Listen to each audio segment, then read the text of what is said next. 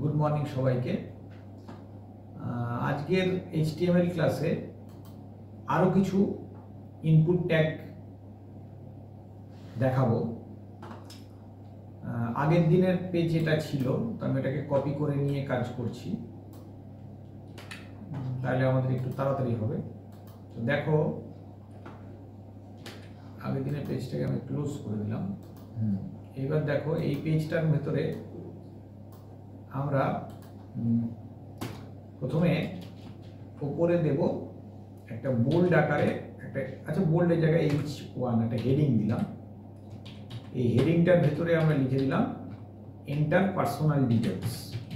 Enter personal details, ঠিক আছে। আচ্ছা, এন্টার ইউজার নেমের জায়গাটা এন্টার নেম করে দিচ্ছি। এটা তো টেক্সট ছিল, টেক্সটই থাকবে। তো দেখো,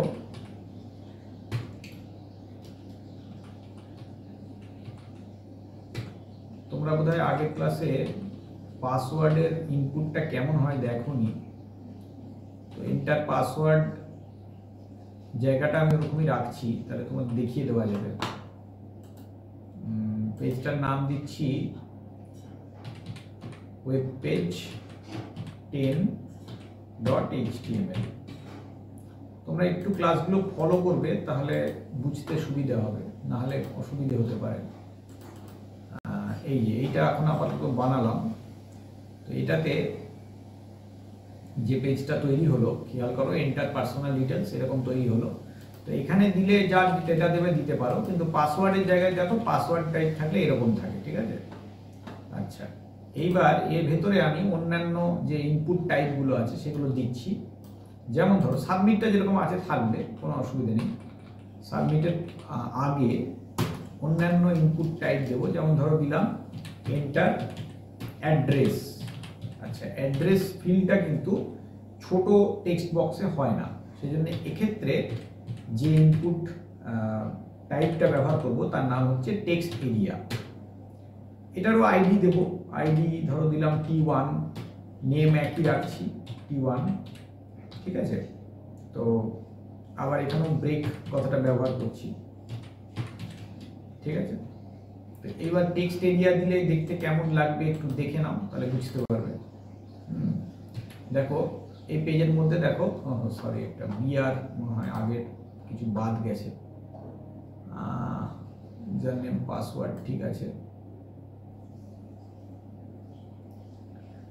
ও টেক্সট এরিয়াটা শেষ করা হয়নি, সরি। টেক্সট এরিয়া ফিল্ডটাতে কিন্তু এমন একটা ওয়েব পেজ যেখানে কিন্তু ওটা শুরু থাকলে শেষ থাকে, খেয়াল রাখবে। দেখতে পাচ্ছ তো, যদি না শেষ করা হয় তাহলে কিন্তু ওইখানে লেখাগুলো চলে আসবে। এবার দেখো, তো অ্যাড্রেসের ক্ষেত্রে এটা নিলাম। তো এবার এরা বলতে পারো যে এটা বড় ফিল্ড দিয়ে লাভটা কি হলো। দেখো লাভটা কি হবে এখনই দেখতে পাবে। দেখো, এখানে যখন ডেটায় বেশি হয়ে যাবে, ফিল্ডটা নিজে থেকেই স্ক্রোল করে বাড়তে থাকবে, বুঝতে পারছো।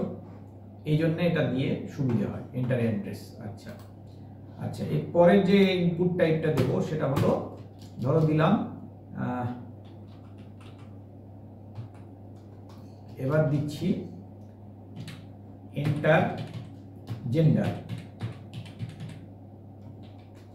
এখানে মেল ফিমেল যেটা দেব সেটা দেখো, ইনপুট টাইপটা কিন্তু একটু আলাদা হবে। ইনপুট টাইপটা হলো রেডিও হবে, রেডিও, ঠিক আছে। এবং আইডিটা দিলাম জেন্ডার। নেম আমি যা খুশি দিতে পারি, নেমের জায়গায় আমি জেন্ডার লিখতে পারি, অন্য কিছুও লিখতে পারি।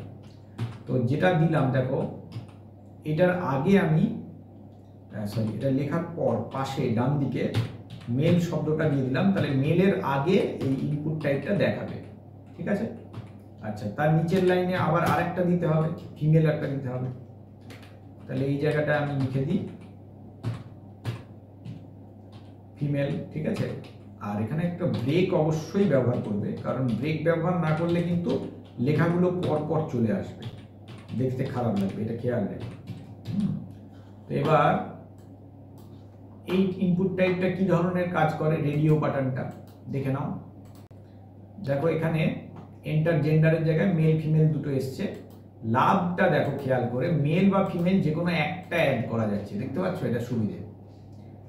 আচ্ছা, আরেকটা ইনপুট টাইপের পর দেবো আমরা, সেটা হলো ধরো ডিগ্রি দিয়ে একটা দিচ্ছি। হ্যাঁ, আচ্ছা, এইখানটাতে এক্সটেরিয়ার পরে যেটা ইন্টার দিলাম সবই ঠিক আছে, জেন্ডার দিলাম ঠিক আছে। এই জায়গাটা বোধহয় একটু ব্রেক কম দিলে ভালো হবে। আচ্ছা, ব্রেকটা বাদ দিয়ে দিই, তাহলে একটু দেখতে ভালো লাগবে। হ্যাঁ, নাহলে এটা দুটো দূরে হয়ে যাচ্ছে, এটা মনে হয় বেটার লাগছে দেখতে, তাই না? আচ্ছা, এইবার ধরো আরেকটা ইনপুট চাইছি, সেটা হলো এন্টার ডিগ্রি। ঠিক আছে, এবার এই ডিগ্রিটাতে ক্ষেত্রে ইনপুট টাইপটা কিন্তু আগের মতনই একই দেব, কিন্তু এটার টাইপটা পাল্টে দেব। রেডিও বাটনের বদলে এখানে দিয়ে দেবো চেক বক্স। কি দেবো? Check box. ঠিক আছে, খেয়াল রাখো এই যে চেক বক্স, এবং এখানে ভ্যালুগুলো কি হবে? ভ্যালুগুলো হবে এমপি, মাধ্যমিক হতে পারে, তারপর এইচএস হতে পারে, গ্র্যাজুয়েশন হতে পারে, এগুলো হতে পারে। ঠিক আছে, তো তাহলে এগুলো ভ্যালু আমি এখানে দিয়ে দেবো কয়েকটা। গ্র্যাজুয়েট হতে পারে, আর একটা কি পোস্ট গ্র্যাজুয়েট হতে পারে। তাহলে আমি 4খানা চেক বক্স দিচ্ছি। গ্র্যাজুয়েট একটা দিলাম, আর একটা পোস্ট গ্র্যাজুয়েট দিলাম। ঠিক আছে, তো এবার এখানটাতে এর নামগুলো আইডিটা একই থেকে, জেন্ডার থেকে গেছে, এগুলো চেঞ্জ করে দিই। এগুলো হচ্ছে কি দিচ্ছি? ডিগ্রি। তাহলে এটা ডিগ্রি করে দিই, এটা ডিগ্রি 1। খেয়াল করো, এরকম ভাবে দিতে হবে। ঠিক আছে, এক্ষেত্রে কিন্তু একই নামের দরকার নেই, কারণ আমাদের মাল্টিপল ভ্যালু আসতে পারে, একজনাই কিন্তু সবকটা পাস হতে পারে। তাহলে তার ক্ষেত্রে আমি কি করব? সবটা অ্যালাউ করব, সেই জন্য নামগুলো আমরা আলাদা দেব, মনে থাকবে। 3, এখানে কি দিলাম? ডিগ্রি, এটা 3, আর একটা কি দেবো? ডিগ্রি 4।